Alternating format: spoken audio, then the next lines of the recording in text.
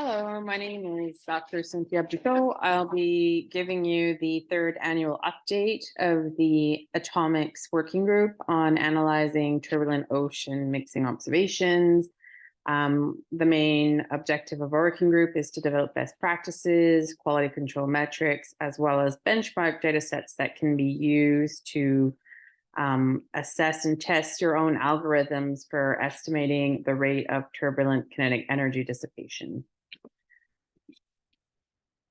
So why focus on that quantity in particular? It's that it's used in many relationships to estimate the dipycnal mixing rate, so the exchanges across density interfaces from the deep layers of the ocean to the surface layers.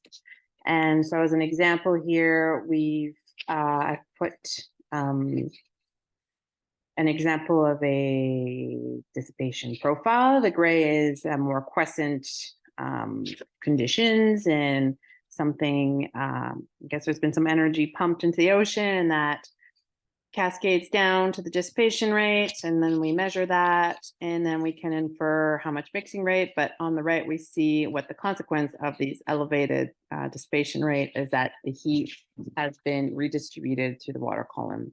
And so how heat gets redistributed or how nutrients may come up to the euphotic zone is a parameter we are currently having difficulty modeling and getting right, even in budgets, largely because there's still not enough quantities or enough quality controls or enough,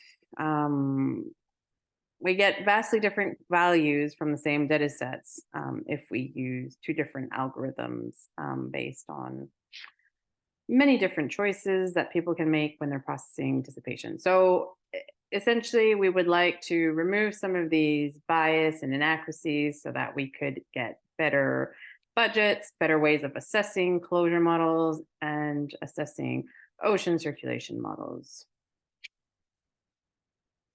Okay, so again, we have three subgroups. We focus on velocity-based techniques. There are techniques based on scalars like temperature and oxygen, but those often still need velocity-based measurement to make those estimates a bit more robust. So we started with the so-called gold standards, or the methods that are the most mature, most widely used, more commercial offerings. So, but there are still three groups. The velocity ADCP utilizes slightly different theories. It uses structure functions, while the other two subgroups, the shear probe and the point velocimeters, rely on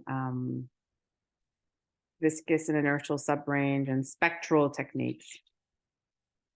So this slides just show that there's many steps and decisions to get dissipation, and we are considering all of these things, including the deployment choices, because there is lots of thought that needs to be put in at the get-go when you're actually setting up your instruments and their time and space resolution to actually have measurements that you can compute these quantities, and that gets often missed.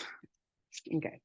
So here's a summary again. This is from the SCOR webpage, the terms of reference. I've already said this. One element I hadn't highlighted on the title page was the build capacity by creating our wiki of more teaching-oriented little pages that's more geared towards the newcomer to the field on why we do things certain ways. Okay, so in the original proposal, we had this roadmap with different phases. So phase one is indeed now complete.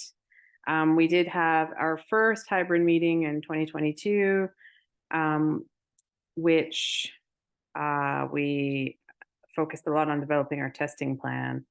Our testing plan is actually still ongoing. It's taking a bit longer. We have all of our benchmarks, but we're at the final.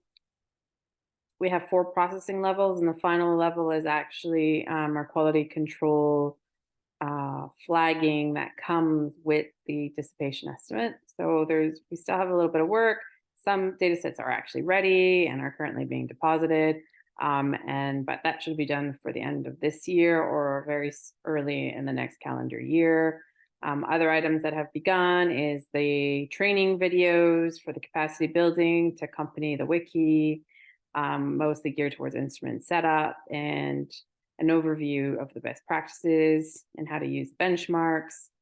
And we will have to obviously revisit the wiki once we've confirmed what our best practices are. So our phase 3 activities, so we're a little bit delayed in the sense that we did not have, phase 3 is not starting this year, it's starting mostly next year.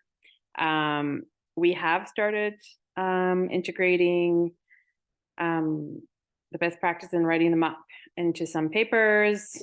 We have drafted a newsletter to send out to the community to get involved in testing the data sets if they choose to. So all these activities that's going to be our focus essentially until the end of our working group activities. So thank you very much. Here's the final slides. Just a reminder that we do have the wiki is live, although it's not finished. It is accessible online and public. We do have a mailing list that you can subscribe to.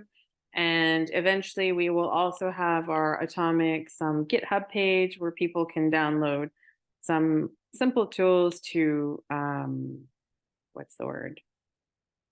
manipulate our benchmark data sets and actually load them and compare their results to those in those files.